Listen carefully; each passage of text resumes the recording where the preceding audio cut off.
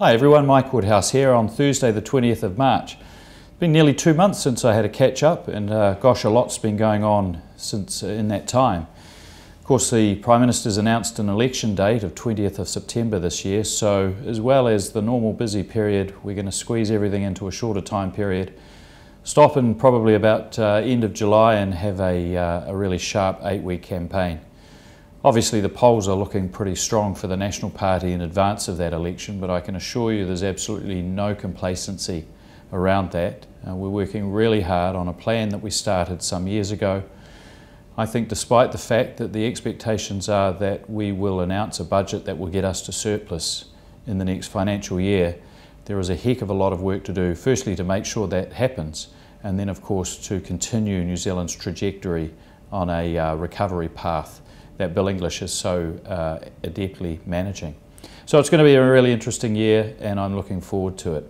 On the Dunedin front, obviously, all the students are back now and settled into their studies, including probably about a third of them who are new Dunedinites for the first time, and I've really enjoyed getting out and about during the orientation period, getting to know them and going to guest lectures, meeting with some of our international students as the Minister of Immigration, and I want to welcome everybody.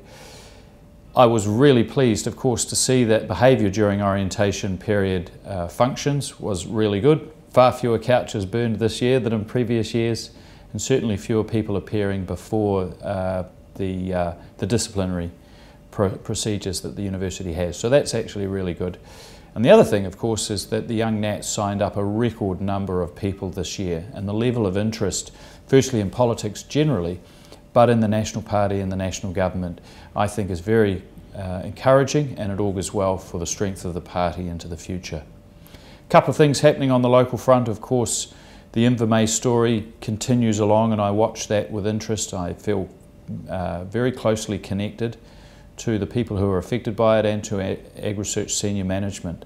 I visited Invermay last month. I'm going to do so again in the next couple of weeks.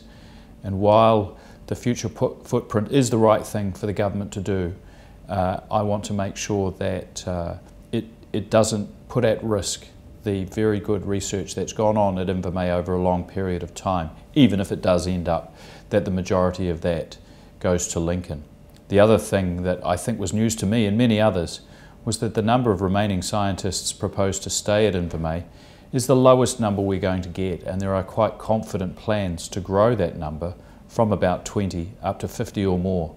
So I think we need to look at this as a holistic change rather than just focus on the negative elements of the science that's moving to Lincoln. The other thing I've been quite interested in and watching and talking to the Mayor about is the issue of psychoactive substances or legal highs.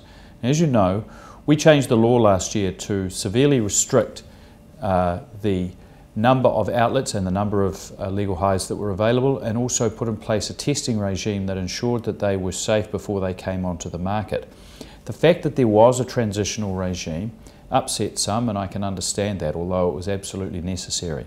What we also did, however, was set up a framework wherein the City Council can develop its own local policy for, among other things, where these outlets can be located. They can say that they can't be too close to kindies or schools, churches or healthcare providers, for example.